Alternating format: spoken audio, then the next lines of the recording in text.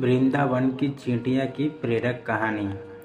एक सच्ची घटना सुनिए। एक संत की वे एक बार वृंदावन गए। वहाँ कुछ दिन घूमे फिरे, दर्शन किए। जब वापस लौटने का मन किया तो सोचा भगवान को भोग लगाकर कुछ प्रसाद ले लेता हूँ। संत ने रामदाने के कुछ लड्डू खरीदे, मंदिर गए, प्रसाद चढ़ाया और आश्रम में आकर सो गए। सुबह ट्रेन पकड़नी थी। अगले दिन ट्रेन से चले। सुबह वृंदावन से चली ट्रेन को मुगल सराय स्टेशन तक आने में शाम हो गई। संत ने सोचा अभी पटना तक जाने में 3-4 घंटे और लगेंगे। भूख लग रही है। मुगल सराय में ट्रेन आधे घंटे रुकती है। चलो हाथ पैर धोकर संध्या वंदन करके कुछ पा लिया जाए। संत ने हाथ पैर धोया और लड्डू खाने के लिए डिब्बा खोला। उन्होंने देखा लड्डू में चींटी लगे हुए थे। उन्होंने चींटी को हटाकर 1-2 लड्डू खा लिए। बाकी बचे लड्डू प्रसाद बांट दूंगा ये सोचकर छोड़ दिए। पर कहते हैं न, संत हृदय नवनीत सम्मान। बेचारे को लड्डुओं से अधिक उन चींटियों की चिंता सताने लगी। सोचने लगे ये चींटी वृंदावन से कई मिठाई के डिब्बे में आए हैं। बेचारे इतनी दूर तक ट्रेन से में मुगल सराय तक आ गए। कितने भाग्यशाली थे, इनका जन्म वृंदावन में हुआ था। अब इतनी दूर से पता नहीं कितने दिन या कितने जन्म लग जाएंगे इनको वापस पहुंचने में। पता नहीं वज्र भी धूल इनको फिर कभी भी मिल पाएगी या नहीं।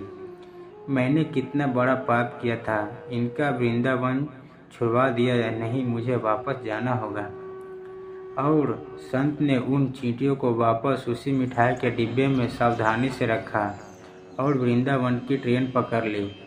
उसी मिठाई की दुकान के पास गए, डिब्बा धरती पर रखा और हाथ जोड़ लिए। मेरे भाग्य में नहीं कि तेरे वज्र में रख सकूं, तो मुझे कोई अधिकार भी नहीं है कि इसके भाग्य में वज्र की धूल लिखी है उसे दूर कर सकूं। दुकानदार ने देखा तो आया, महाराज चींटी लग गए तो कोई बात नहीं, आप दूसरी मिठाई तोड़वा लो। संत ने कहा भैया मिठाई में कोई कमी नहीं थी, इन हाथों से पाप होते होते रह गया, उसी का प्रायश्चित कर रहा हूँ। दुकानदार ने जब सारी बात जानी तो उस संत के पैरों के पास बैठ गया। भावुक हो गए। इधर दुकानदार रो रहा था, उधर संत की आंखों गीली हो रही थी। बात भाव की है, बात उस निर्मल मन की है, बात वज्र की है, बात मेरे वृंदावन की है, बात मेरे नटवर नगर का है और उनकी राधा रानी की है, बात मेरे कृष्ण की राधा रानी की है। बुझो तो बहुत कुछ है, नहीं तो बस पागलपन है, बस एक कहानी।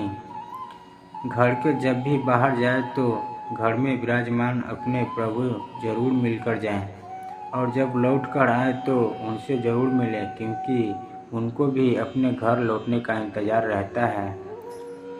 घर में यह नियम बनाइए कि जब भी आप घर से बाहर निकले तो वे मंदिर के पास 2 घड़ी खड़े रहकर प्रभु चलिए, आपको साथ में रहना है, ऐसा बोलकर ही घर से निकलें, क्योंकि आप भले ही लाखों की घड़ी हाथ में क्यों ना पहने हो, पर समय तो प्रभु के ही हाथ में है ना।